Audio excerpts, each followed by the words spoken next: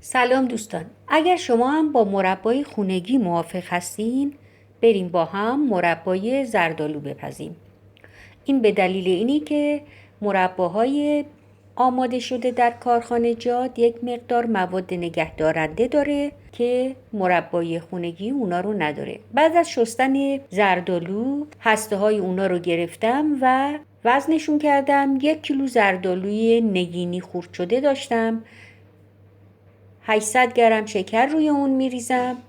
یه مقداری شکر و زردآلو رو با هم مخلوط میکنم تا یه مقداری شکر حل بشه.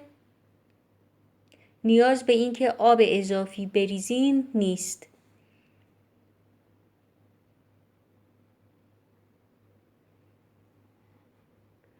و بعد اونا رو برای مدت نیم ساعت تا 1 ساعت کنار میذارم تا یه مقداری شکر حل بشه.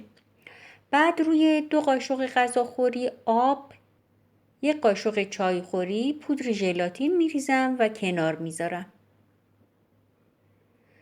این 1 قاشق پودر ژلاتین خیلی راحت توی 2 قاشق آب حل میشه. همینجور که میبینین شکر یه مقداری حل شده. بعد اون رو روی حرارت میذارم.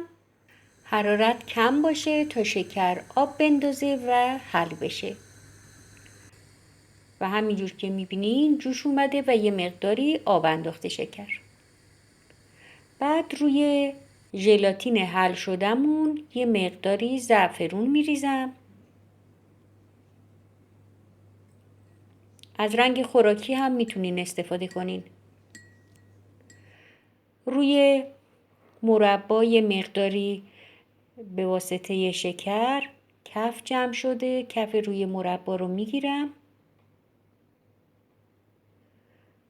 و ژلاتین و زعفرون رو به مربا اضافه میکنم.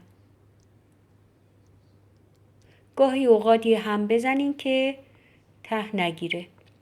اواخر پخت 1/8 قاشق چایخوری جوهر لیمو اضافه میکنم و به مقداری هم میزنم. دیگه کم کم مربامون داره جا میفته و آماده میشه. یه مربای خوشمزه و خوب خونگی، مربای زردآلو. دوستان عزیز، لطفاً ویدیو رو با دوستانتون به اشتراک بذارین و کانال منو به اونا معرفی کنین. لایک فراموش نشه. متشکرم.